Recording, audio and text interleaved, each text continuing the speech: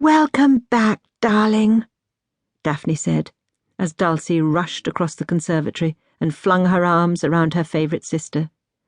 "I've missed you," she added, and then held Dulcie away, staring at her intently.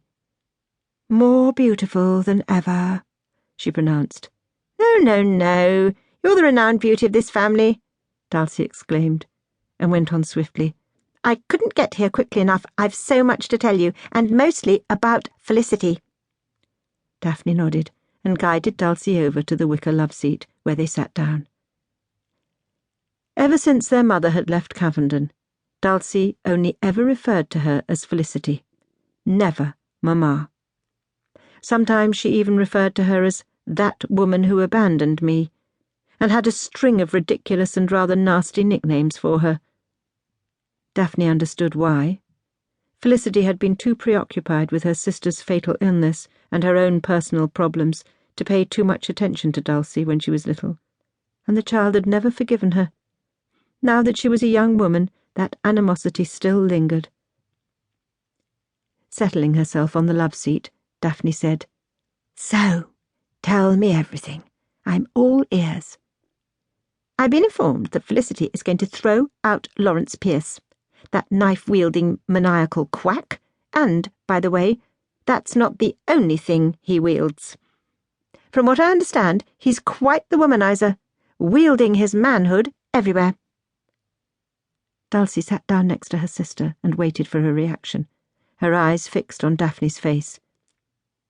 Daphne burst out laughing, as always genuinely amused by Dulcie's extraordinary use of the language.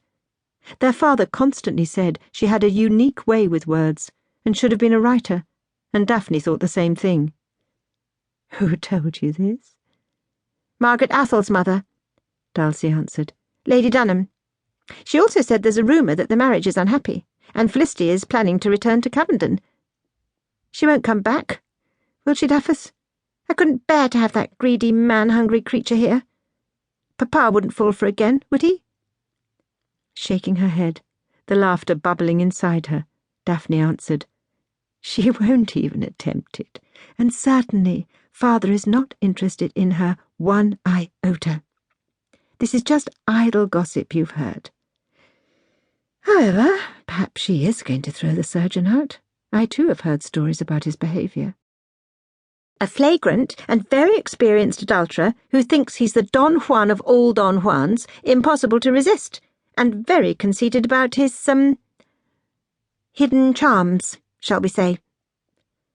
Daphne couldn't help laughing again, and then she finally managed to say, "All surgeons think they're God, according to Deirdre, because they save lives, I suppose." "Or ruin them," Dulcie shot back. There was a moment of silence, and then Dulcie moved closer, confided, "I think Aunt Vanessa might marry her artist friend. He's awfully nice, by the way, and he's from the very proper Barnard family, and well connected. He was very kind to me, helping me with my art history course." Daphne was taken by surprise, and gave Dulcie a penetrating look. "Are you sure there's an engagement in the wind?" "I'm not absolutely certain, but it looks like it to me. He practically lives at her house, and they're never apart. They sort of drool over each other." "Papa doesn't know. He would have told me. But then Aunt Vanessa doesn't have to report to him, since she's in her 40s, and can do whatever she wants." "Gosh, I wouldn't want to wait so long to get married. Is that too old to have babies, do you think, Daffus?" "Perhaps," Daphne answered.